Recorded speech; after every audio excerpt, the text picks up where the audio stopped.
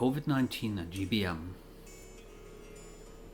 Oh joy, here we are, faced with yet another thing that can kill us. The Covid-19 or coronavirus.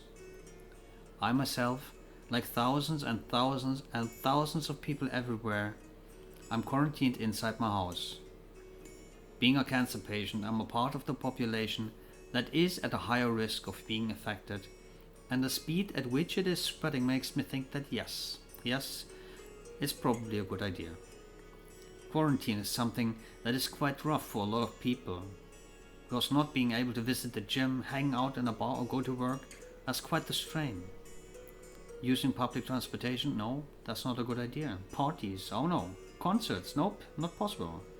Actually, no gathering of people at all. For me, walking Rufus and sitting in my apartment, that's all I do, and that's all I will continue to do until we get this under control, which might be in May or June, might be even later. But it occurred to me recently that I'm not quite as worried about this as I maybe should be, and I tried to figure out why that is. Am I worried about catching the virus? Yes, of course I am. Who would take care of Rufus if I fall ill? It would be daft not to be worried. So I followed the guidelines from local health authorities and I washed my hands a bit more thoroughly. I have been at the store to fill my fridge, but I kept a safe distance from all the other people there. I don't meet my friends and I keep to myself. These simple measures prove to be quite hard for a lot of people, and knowing this will be the case for several weeks to come has lots of folks on edge. I'm not worried about quarantine because it's not that different from the life I live otherwise. I have cancer, I struggle with fatigue. I'm regularly overwhelmed by sensory overstimulation, and for the past years I therefore developed a strict regimen on how I make it through the days. Being confronted with a possibly life-threatening illness, I have been living in that state of mind for 6 years now. Unable to be overly social, I have a handful of friends I see now and then, but rarely more than one at a time, and hardly longer than an hour or so, because I know it exhausts me. Washing my hands all the time. I have a dog, I have to wash my hands all the time anyway. Using public transportation, visiting pubs, concert or parties, I engage in none of these activities if I can avoid it, because I've learned a while back I handled it poorly.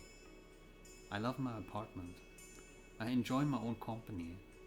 Rufus and I, we have a good thing going, and I'm not only so fortunate that I own books, I also know how to read, and I enjoy doing so. To me, quarantine is like summer holidays. I can't meet my friends because they're on vacation. I can't be outside too much and socialize because it's too hot. I have to be in my apartment because it's my safe place and I have a heat pump. Warm in winter, cool in the summer. Quarantine to me is basically life as it has been last couple of years, with an enhanced focus on hygiene. The coming weeks will be a challenge, that's for sure. Every one of us will feel the effects of this pandemic, and I'm afraid it will get worse before it gets better. We as a society will be put to the test, and whilst it will bring out the very best in some people, I'm afraid it will bring out the worst in others. It is time now to work together to protect the vulnerable in our communities. Older people, chronically ill people, people who have fought on a daily basis for a decent quality of life even before this virus popped up. This challenge is one that we can only overcome together in solidarity. And if we do that, if we work together hand in hand, I promise you, we will overcome this.